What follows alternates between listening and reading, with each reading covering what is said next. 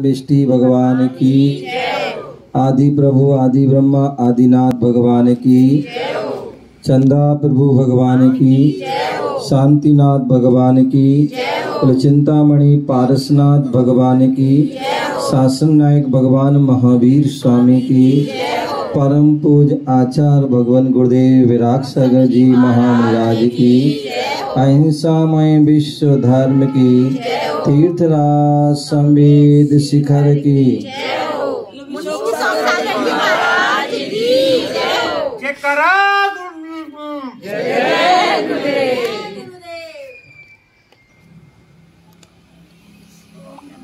प्यारे बंधुओं,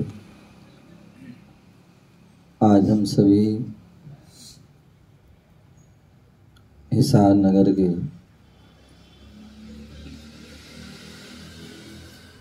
नगर धर्म प्रभावना के अवसर पर सेक्टर 14 में 1009 कोठी के प्रांगण में बैठे हुए हैं। भगवान पारसनाथ का दरबार लगा हुआ है, समोषण लगा हुआ है और भगवान महावीर स्वामी के हम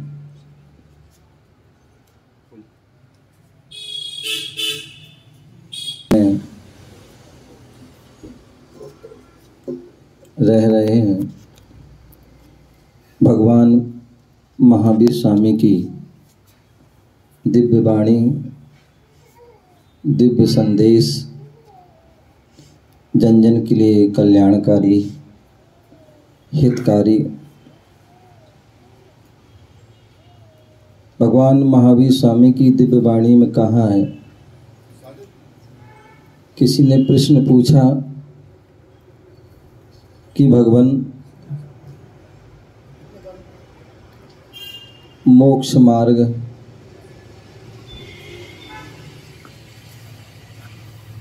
कितने प्रकार का होता है,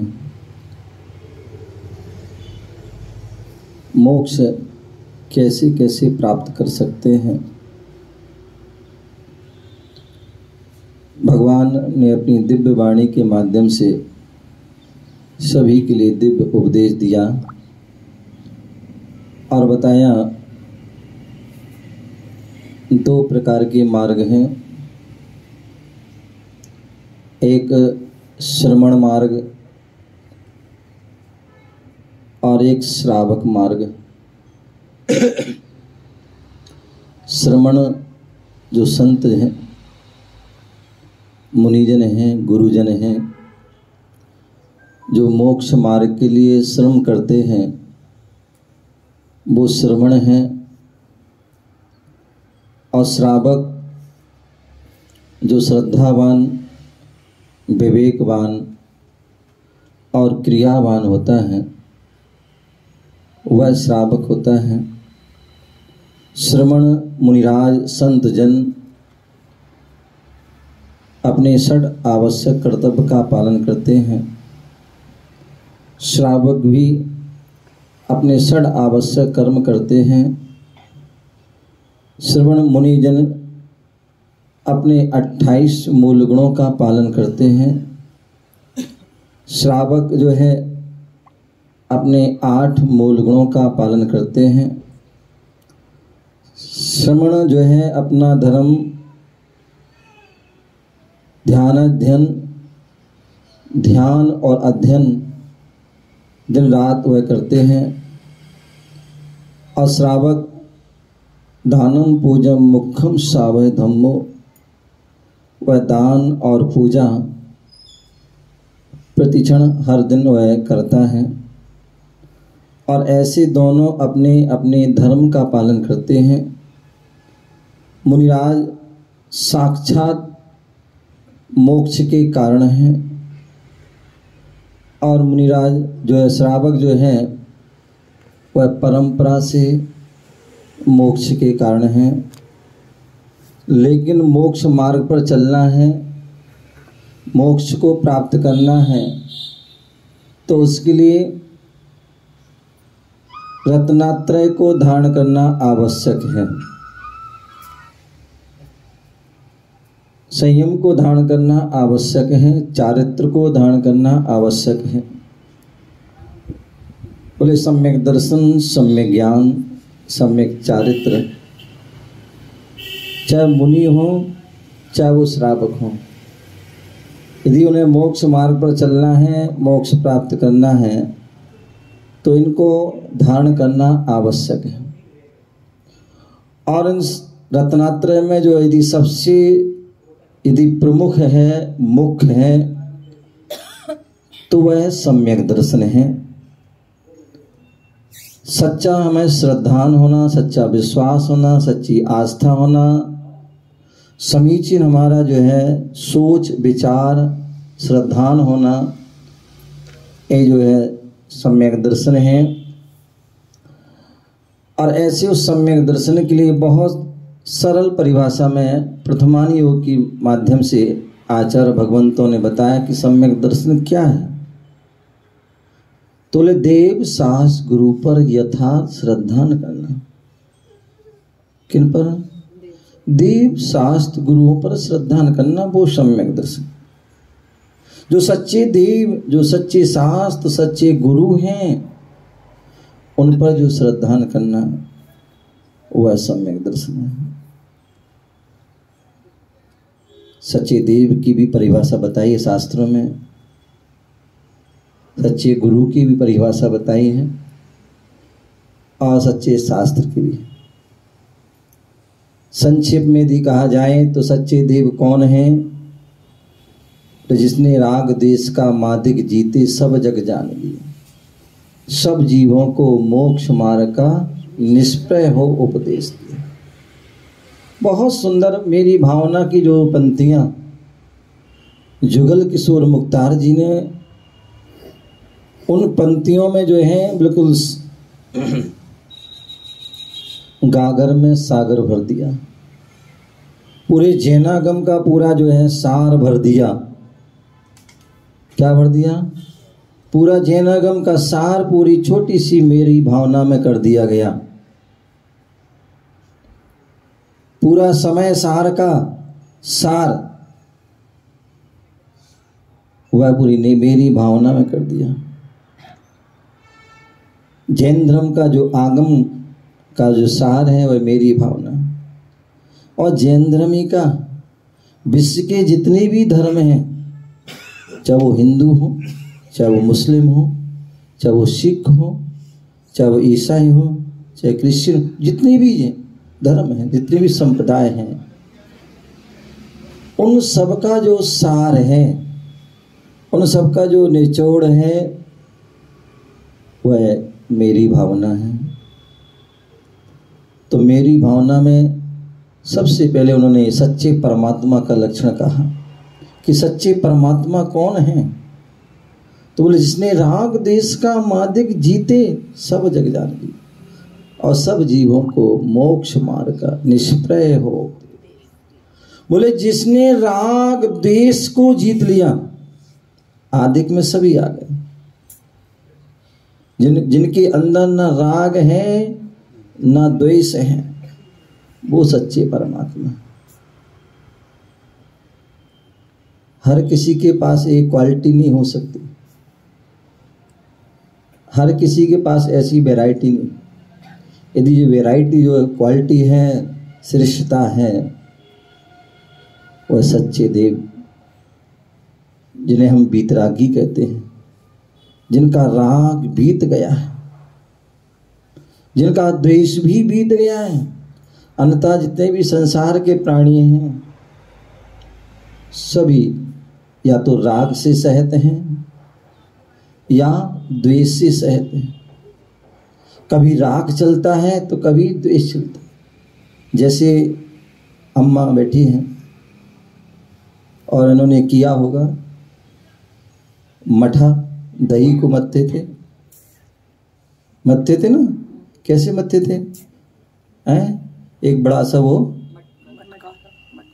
मटकी सी, और उसमें मथानी बड़ी वाली से, और 2 रस्सी लगा दी, एक खुलती थी एक बंद थी, यही थी ना हैं, और उसमें मक्खन। आजकल तो सब रेडीमेड काम हो गया, मिक्सी वाला जमाना। अन्यथा पहले पूरा अपने आप बढ़िया जो है मक्खन भी निकलता था और क्या होती थी, हमारे शरीर की एक्सरसाइज भी हो जाती थी। आज हमने वो सारी क्रिया बंद कर दी, इसलिए हमें एक्सरसाइज की आवश्यकता पड़ रही है, योगा की आवश्यकता पड़ रही है।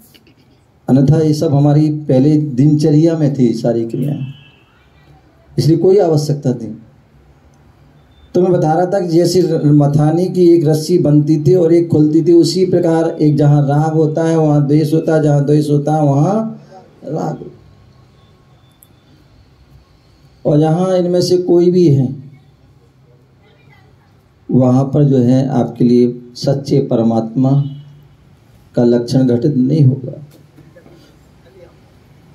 फिर वहाँ सच्चे परमात्मा नहीं हो सकते हैं। सच्चे परमात्मा वही हो सकता है जहाँ पर ना राग है और ना द्वेष है, जो सर्वज्ञ हैं, जो सर्व के ज्ञाता हैं, जिनके ज्ञान में जो है सब कुछ झलक रहा है। ऐसी कोई वस्तु नहीं है जो उनके ज्ञान में नहीं झलक रही, और उन्हें किसी प्रकार की आंखों की आवश्यकता नहीं पड़ती है, पर अंतर की आंखों से अतीन्द्रिय ज्ञान उनको प्राप्त है। हम सभी को तो क्या है, इंद्रिय ज्ञान है, और वो भी थोड़ा सा क्षणिक ज्ञान है, क्षौषम ज्ञान है, और वो भी उसे पता नहीं सम्यक ज्ञान है कि मिथ्या ज्ञान। लेकिन वहाँ छाय ज्ञान, अनंत ज्ञान, ऐसे जो सर्व के ज्ञाता, जिनके ज्ञान में सब कुछ झलक रहा है, वो कुछ भी नहीं देख रहे हैं, वो कुछ भी नहीं जान रहे हैं, लेकिन फिर भी वह जो है सब कुछ झलक रहा है, जब कुछ दिख रहा है सब कुछ जान रहे हैं। ऐसे वह सर्वज्ञ हैं, वीतरागी हैं, क्योंकि सभी दोष नष्ट हो चुके हैं। सर्वज्ञ और हितोपदेशी, हित का जो उपदेश देते हैं, ऐसे वह जो हैं वह सच्चे देव होते हैं। सच्चे गुरु जो आरंभ परिग्रह विषय आशा बसाती तो निरारंभो पर, जो विषयों की आशा से अतीत हो चुके हैं, आरंभ और परिग्रह से जो रहित हो चुके हैं, ऐसे जो है ज्ञान ध्यान तप में जो लीन, वो सच्चे कौन होते हैं, गुरु। और सच्चे शास्त्र जो आप तो पग मनोलंग मदृष्टेड विरोधकम तत्वोपदेश कित साधम शास्त्रम कापट घट्टनम। आचार्य समुद्रभद्र स्वामी ने कहा है, सच्चा शास्त्र कौन है, आप तो पग मनोलंग, जो आप्त के द्वारा कहा गया है, सच्चे परमात्मा के द्वारा कहा गया है, और जो है अन्य किसी के द्वारा अनुलंघनी नहीं है, उसका कोई जो है उल्लंघन नहीं कर सकता है। और जो मिथ्या मत है, मिथ्या जो है ज्ञान है, उन सब का जो है क्या है, घट्टन करने वाले, उनको समाप्त करने वाले, उनको नष्ट करने वाले हैं। ऐसी जो है सच्चा शास्त्र होता है, जो हमारे तीर्थंकरों के द्वारा कहा गया, केवली भगवान के द्वारा कहा गया, तब भी वह सत्य था, आज भी सत्य है और आगे भी सत्य रहे। ऐसा वह सच्चा शास्त्र। तो ऐसे देव शास्त्र गुरु पर जो सच्चा श्रद्धान है वो समय चरणानियों की अपेक्षा से हम देखते हैं, कर्णानियों की अपेक्षा से देखते हैं, तो वहाँ पर जो 7 प्रकृतियों की 6 उपशम से जो होता है वो सम्यक दर्शन है। और चरणानियों के जो 25 दोष,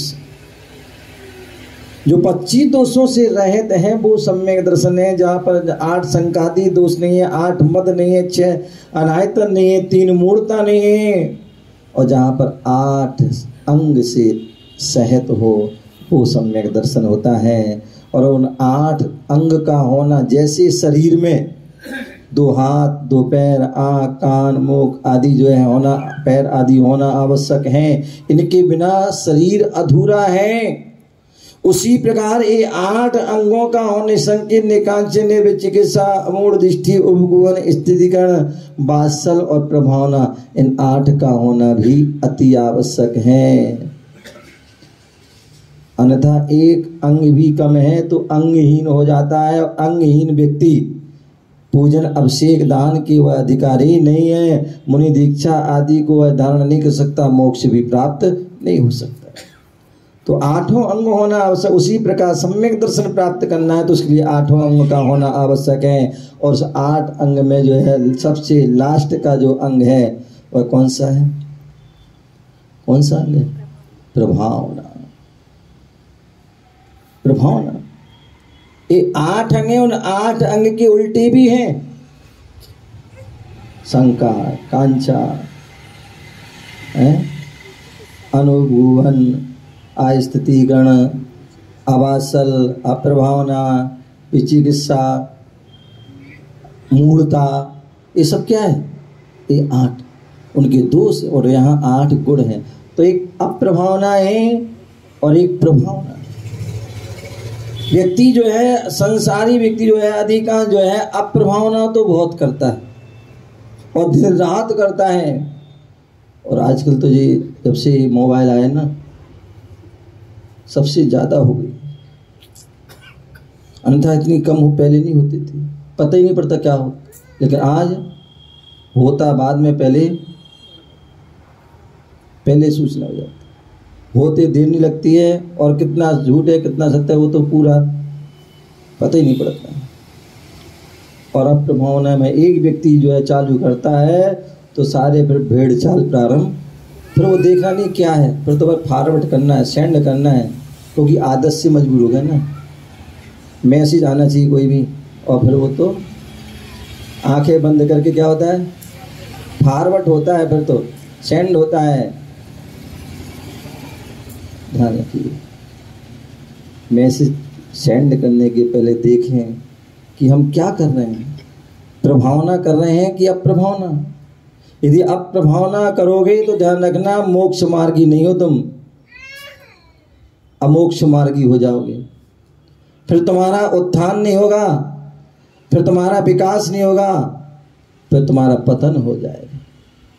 तो इसलिए जब भी हो, बोले आचार्य समंत भद्र स्वामी ने कहा है, अज्ञान तिमिर व्याप्ति, अज्ञान तिमिर व्याप्ति मपाकृत यथातम जिन शासन महात्म्य प्रभावना स्यात् प्रभावना। बोले इस संसार में अज्ञान रूपी जो व्याप्ति, जो अज्ञान पूरे संसार में फैला हुआ है, प्रत्येक प्राणी के मन मंदिर में जो है वह फैला हुआ है।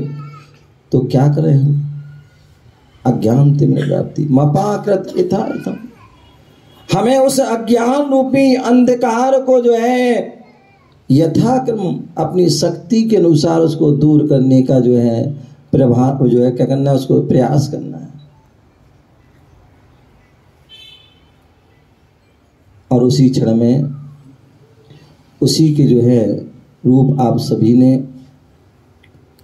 हिसार नगर धर्म प्रभावना के लिए जो आपने जो है बीड़ा उठाया, कदम उठाया कि कैसे धर्म की प्रभावना हो। ऐसा ना हो चतुर्मास प्रारंभ हो और समाप्त हो जाए और नगर के लोगों को पता ही नहीं पड़े कि कोई चतुर्मास हुआ है, कि कोई साधु आए हैं। क्योंकि आजकल सिस्टम सब बिगड़ गया है। पहले होता था कि साधु का चतुर्मास होता था तो साधु के आहार विहार से बहुत धर्म की प्रभावना होती, लेकिन आजकल वो सब बंद हो गया। क्या हर जगह लगभग हर जगह लगभग जो है, और ख़ास तौर से इस साइड जो है दिल्ली हरियाणा में ज़्यादा हो गया। प्रभावना का जो साधन थे वो सब बंद हो गए। चौका लगना है तो लाइब्रेरी में, आहार भी वहीं और दूसरा निहार भी वहीं, सारी धर्म प्रभावना रोक दी। अन्यथा साधु जन निहार के लिए जाते थे, सुबह सुबह जा रहे हैं, जो भी साधु के दर्शन करता वह देखता, दर्शन करता, अपना पुण्य अर्जन करता था। आ रहे जा रहे कितने लोगों को जो है पुण्य का अर्जन होता है। साधु आहार के लिए जा रहे हैं, अनेक अनेक स्थानों पर जो है शुद्ध भोजन बना हुआ है और वह आहार के लिए जा रहे हैं। कितनी धर्म की, जहां जैन से जैनेतर लोग भी उस प्रभावना में सहभागी हो जाते थे, तो वो सारी क्रियाएं आज जो है बंद हो गई और उससे प्रभाव नहीं।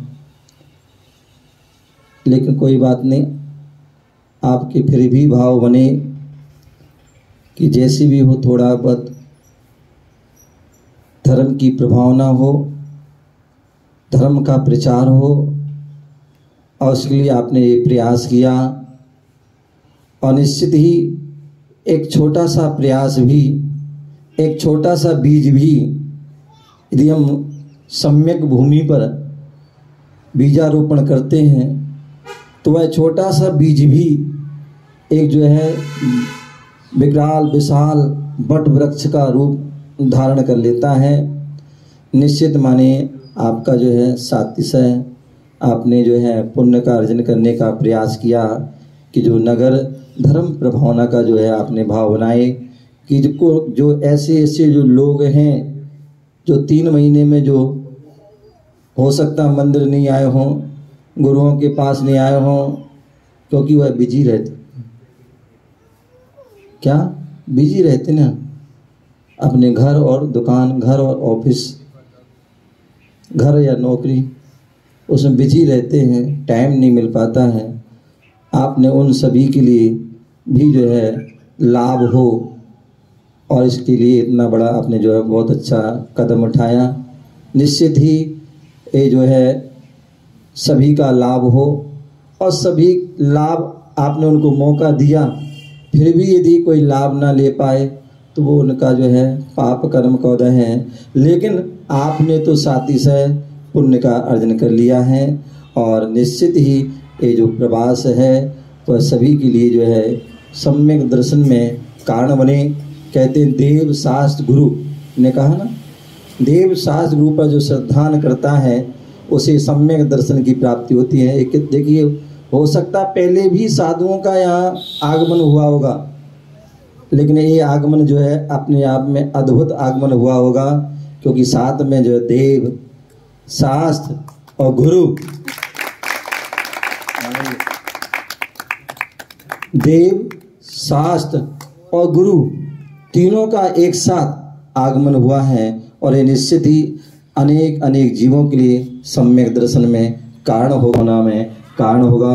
आप सभी के लिए जो आपके भाव हैं, आपने जो सम्यक की कार्य किया है उसके लिए बहुत बहुत जो है साधुवाद, आशीर्वाद। आप सभी के जीवन में मंगल हो।